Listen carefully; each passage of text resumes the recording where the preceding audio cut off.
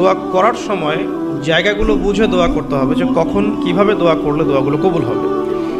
প্রথম কথা হচ্ছে যে দোয়া করার আগে আল্লাহ পাকের প্রশংসা করতে হবে, আল্লাহর হামদ প্রশংসা করতে হবে। সূরা ফাতিহা পড়ে নিতে পারেন একবার। দোয়া করার শুরুতে আপনি দরুদ পড়বেন, দরুদের ফলে দোয়া কবুল হয়। দরুদ না পড়লে দোয়াটা আসমানে গিয়ে ঝুলে থাকে, উঠিয়ে নেওয়া হয় না। যখন দরুদ পড়া হবে তখন দোয়াটা উঠিয়ে নেওয়া হবে। দোয়া করার কিছু টেকনিক আছে, যে কিভাবে কি দোয়া করলে কবুল হবে, কখন দোয়া করলে কবুল হবে, এগুলো বুঝে দোয়া করতে হবে। অনেকেই বলে দোয়া করেই যাচ্ছে, কবুল হচ্ছে না। কিছু বিষয় আছে হয়তো এই কারণে হচ্ছে না, হয়তো বা আল্লাহ পাক চাচ্ছেন এটা আপনার জন্য পরে পাওয়া উত্তম, সেই জন্য আপনি এখন পাচ্ছেন না। হয়তো বা আল্লাহ পাক আপনাকে পরকালে দিবেন বলে জমা রেখেছেন, হয়তো এই জন্যে পাচ্ছেন না। অথবা হয়তো আপনার আকীদায় শিরক আছে, হয়তো এই জন্য হচ্ছে না। হয়তো বা আমলে বেদায়াত আছে, এই কারণে হচ্ছে না। অথবা আপনার রিজিকে কোনো হারাম কিছু আছে, মেবি এই কারণে আপনার দোয়া কবুল হচ্ছে না। অথবা আপনি তাড়াহুড়া করছেন। তাড়াহুড়ার ব্যাখ্যায় নবী সাল্লাল্লাহু আলাইহি ওয়াসাল্লাম বলেছেন যে মানুষ বলে আমি দোয়া করেই গেলাম, আমার দোয়া কবুল হলো না। তো আমরা জেনে নিব যে কোন কোন জায়গায় কিভাবে দোয়া করলে দোয়া কবুল হবে। এই বইটার মধ্যে সবই দেয়া আছে, হিসনুল মুসলিম বইটার মধ্যে। তারপর আমি বলছি আমার ব্যক্তিগত ইলম থেকে কিছু কথা, সেটা হলো দোয়া করার আগে অবশ্যই আল্লাহর প্রশংসা করবে, অ্যাটলিস্ট একবার আলহামদুলিল্লাহ বলে হাত তুলবেন। তারপরে আপনি নবী সাল্লাল্লাহু আলাইহি ওয়াসাল্লামের কাছে উপরে একবার দরুদ পড়বেন। আগে আল্লাহর প্রশংসা, তারপরে দরুদ।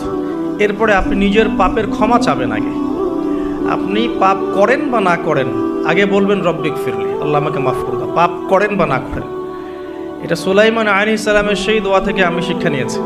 সুলাইমান আলাইহিস সালাম যে বিখ্যাত দোয়ায় বলেছিলেন যে আল্লাহ আমাকে এমন মুলক এবং রাজত্ব দান করুন যে মুলক আর রাজত্ব আপনি কাউকে কখনো দেননি। এই দোয়ার শুরুতে তিনি বলেছেন রব্বিক ফিরলি, আল্লাহ আমাকে মাফ করুন। তো এটা আদব, দোয়ার আদব হচ্ছে আগে নিজের ক্ষমা চাওয়া, আল্লাহর কাছে নিজের ভুলের ক্ষমা চাওয়া, তারপরে দোয়া করা। হামদ সানা, দরুদ, এরপরে আপনি ক্ষমা চাবেন। এবার আপনি দোয়াগুলো করবেন আপনার মন থেকে। আরবি দোয়া জানা থাকলে আরবিতে দোয়া করবেন, কারণ আপনি আপনার রবের সাথে আরবি দিয়ে কথা বলবেন, এর চেয়ে আসলে গর্বের কি হতে পারে? আরবি ভাষা কেন শিখব, কি দরকার আছে? এটা কি সাম্প্রদায়িকতা? আল্লাহ রাব্বুল আলামিনের আল্লাহ পাক যে ভাষায় কোরআন নাজিল করেছেন, আল্লাহ পাক যে ভাষায় কথা বলেছেন কোরআনে, সেই ভাষায় আমি আল্লাহর সাথে কথা বলছি, এর চেয়ে গর্বের কি আছে আমার জন্য? আরবি কেন শিখছি, কেন শিখবো? এই ভাষা দিয়ে আমি আল্লাহর সাথে কথা বলবো। জান্নাতে এই ভাষা চলবে, কোরআনে এই ভাষায় নাজিল হয়েছে, কবরে এই ভাষায় প্রশ্ন করা হবে, তা আমি কেন এই ভাষায় আল্লাহর সাথে কথা বলবো না? এর মানে এই নয় যে কেউ যদি আরবি না জানে অন্য ভাষায় দোয়া করতে পারবে না, এমনটা নয়। অবশ্যই কেউ যদি আরবি না জানে, বেসিক দোয়াগুলো না জানে, সে বাংলাতে দোয়া করতে পারে, কোনো সমস্যা নেই। ইংরেজিতে দোয়া করতে পারে, উর্দু দিয়ে দোয়া করতে পারে। ভাষাগত পার্থক্য আল্লাহর কাছে নেই, তবে আরবির মর্যাদা আছে। আর এটা আমার কাছে গর্বের বিষয় মনে হয় যে আমি আরবি দিয়ে আমার রবের সাথে কথা বলতে পারছি, আমি আরবি দিয়ে কথা বলছি। এবং আরবি দিয়ে দোয়ার ক্ষেত্রে আপনি এত ভালো করে মনের ভাব প্রকাশ করতে পারবেন অল্প শব্দে, যেটা হয়তো অন্য কোনো জায়গায় সম্ভব নয়। এরপরেও আমি বলবো যে মাতৃভাষায় মানুষের মনের ভাব প্রকাশের ক্ষেত্রে সহজতা আছে। যদি কেউ আরবি না জানেন, সেক্ষেত্রে মাতৃভাষাতেই বেশি বেশি দোয়া করবেন, চলতে ফিরতে দোয়া করবেন। নির্দিষ্ট সময়েই দোয়া করতে হবে এমন নয়। রোজা রেখে সারাটা দিন যখনই আপনার মন চাচ্ছে, মনের মধ্যে একটা কিছু চাহিদা আসছে, আপনি দোয়া করে ফেলবেন। নবী সাল্লাল্লাহু আলাইহি ওয়াসাল্লাম বলেছেন, যদি তোমাদের কারো জুতার ফিতাও ছিঁড়ে যায়, সে যেন সেই ফিতাটাও আল্লাহর কাছে চেয়ে নেয়। প্রতিটা বিষয় আল্লাহর সাথে শেয়ার করতে হবে। আল্লাহ, আমার চাকরির দরকার, আমার রিজিকের সমস্যা, আমার পারিবারিক সমস্যা, আমার ব্যবসায়ের সমস্যা, আমার ইলম অর্জন করতে চাই, আল্লাহ আমাকে ইলম দান করো। আল্লাহ, আমি শারীরিকভাবে অসুস্থ।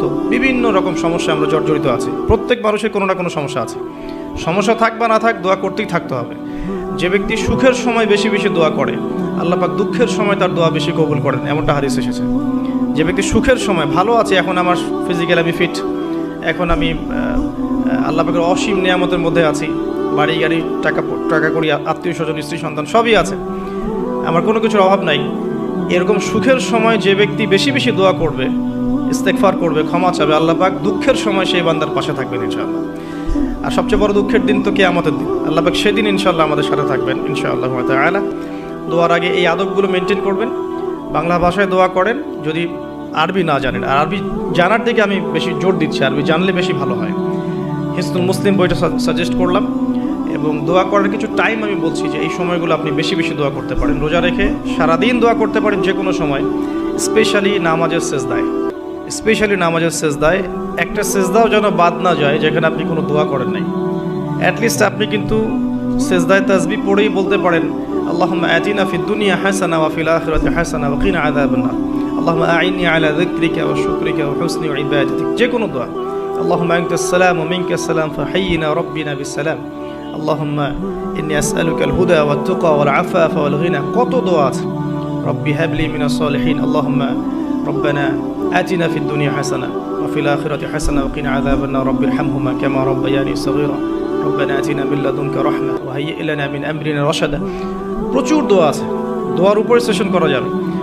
আপনি সেজদায় বেশি বেশি দোয়া করেন, মিনিমাম 1টা 2টা 3টা করে দোয়া করার চেষ্টা করেন। যদি আরবি না জানেন, আপনি নফল নামাজে, সুন্নত নামাজে বাংলাতেও দোয়া করলে ইনশাআল্লাহ কবুল হবে। আল্লাহ পাক সমস্ত ভাষায় বোঝেন ইনশাআল্লাহ তাআলা। সেজদায় দোয়া করেন বেশি বেশি। আমি সাজেস্ট করবো যে রমজান মাসে আপনি 2 আজানের মাঝখানে দোয়া করবেন।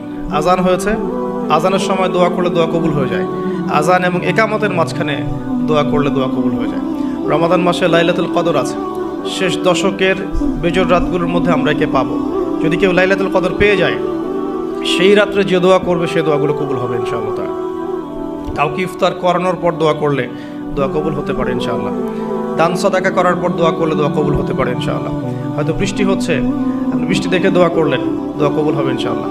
দোয়া কবুলের অনেক সময় আছে, অনেক মুহূর্ত আছে, অনেক আদব আছে। এগুলো আমি সাজেস্ট করে দিয়েছি। বইটার নাম হিসনুল মুসলিম। এই বইয়ের মধ্যে সব কিছু লেখা আছে, আপনারা একটু পড়ে নেবেন। আমি এখানে বেশি টাইম দিলে পর্যায়গুলো কভার করতে পারবো না। আল্লাহ পাক আমাদেরকে বেশি বেশি দোয়া করার তৌফিক দান করুন, আমিন।